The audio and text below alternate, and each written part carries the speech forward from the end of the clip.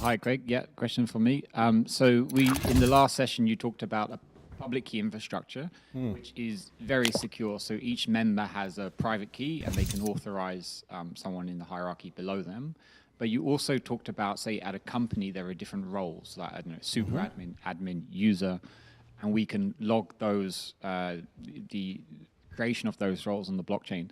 And I'm wondering how you see that working. Like, should we also go as far as to have a PKI for those roles, or is it something like we record who's been registered and what they're allowed to do, and it's less of a strict, I don't know, private key? For example, would each of the members of that organization have a private key they use to authenticate someone else, or? Yes, I'd actually go into tokenized authentication, etc.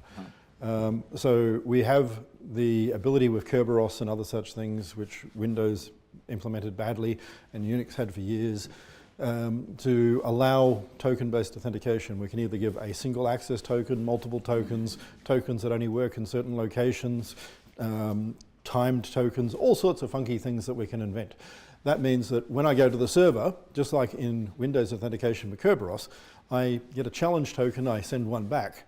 And if I can do that, I prove that I have access to that resource. And that can be tied right down into the resource. And more than that, with the provisions in IPv6, we can even issue firewall rules that aren't crunchy firewalls on the outside, but a server-based record access rights, right down to files and all sorts of things like this. So people don't realize that IPsec, part of IPv6 that no one uses properly, can be incredibly granular. So we can actually say, and I had a lot of flack from people back in the 90s when I started doing some of this, because I had a security company and we didn't run a firewall. We had every machine open on the internet.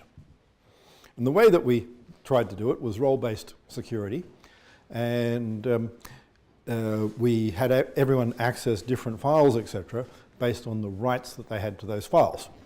So as a hacker, you could try and break in, but you needed to have the right key, etc., to do so. Not perfect, because you have inside attacks still, but you can't really solve that other than by logging, which blockchain does. Okay, and so you see that being secured by public key cryptography at every level? Yes, right? Yep. Okay.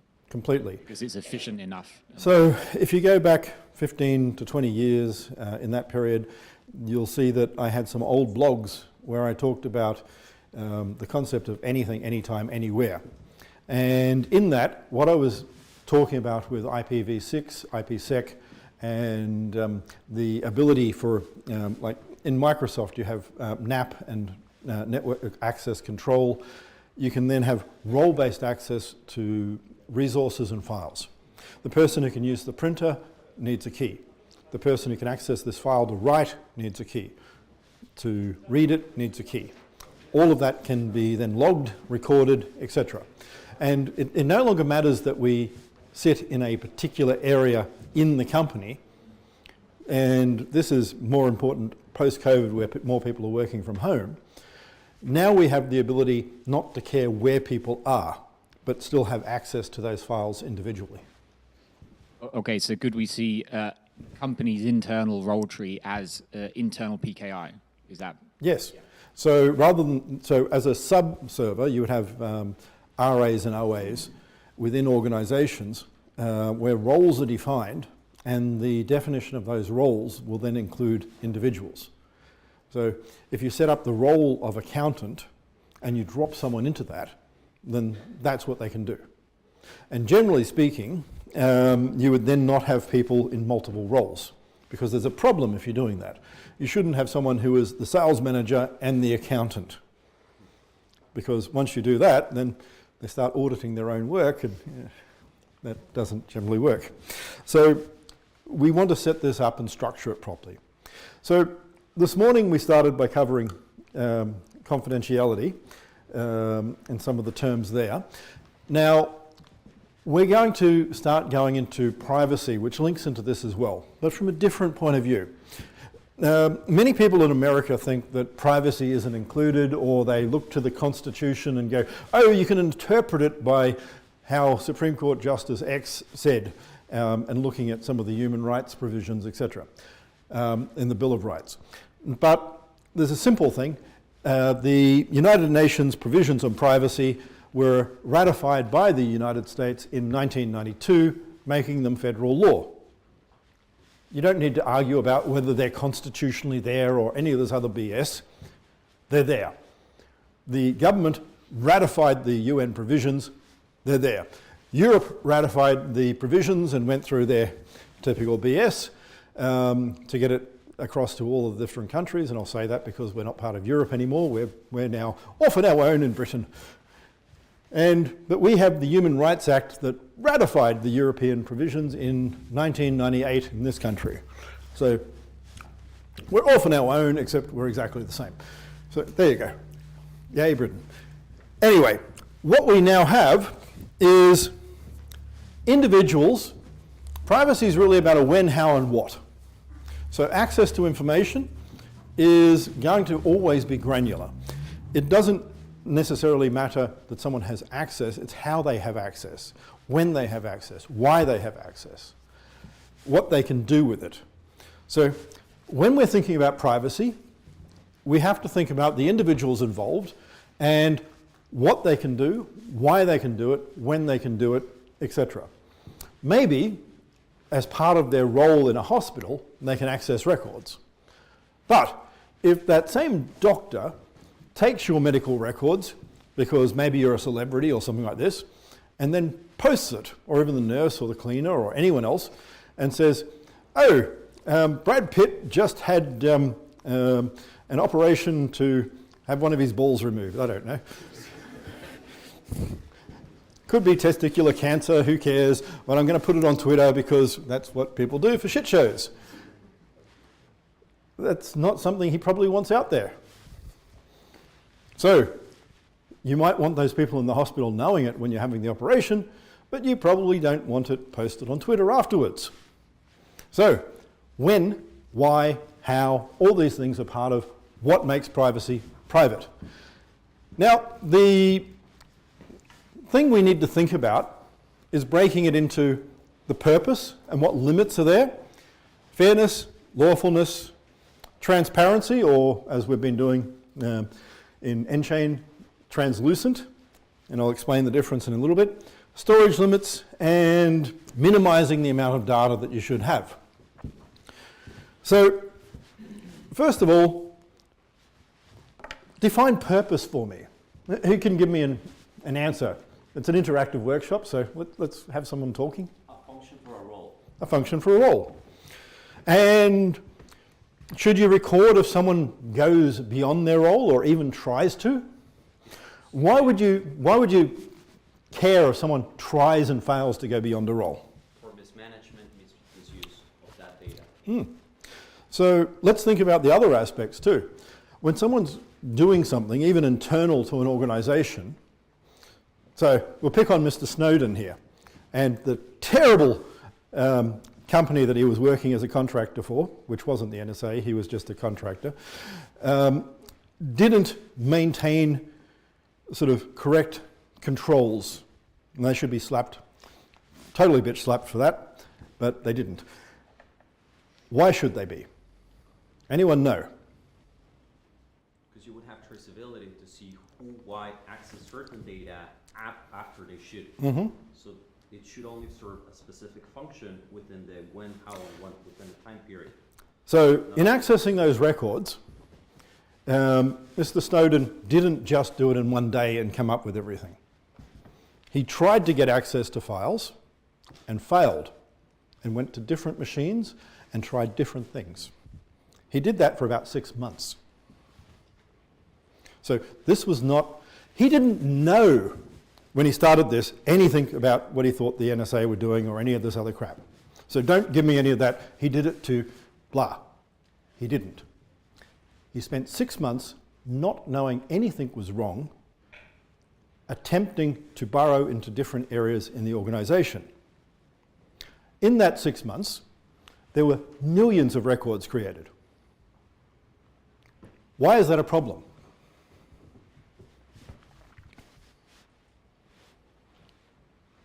Why do you have logs and records?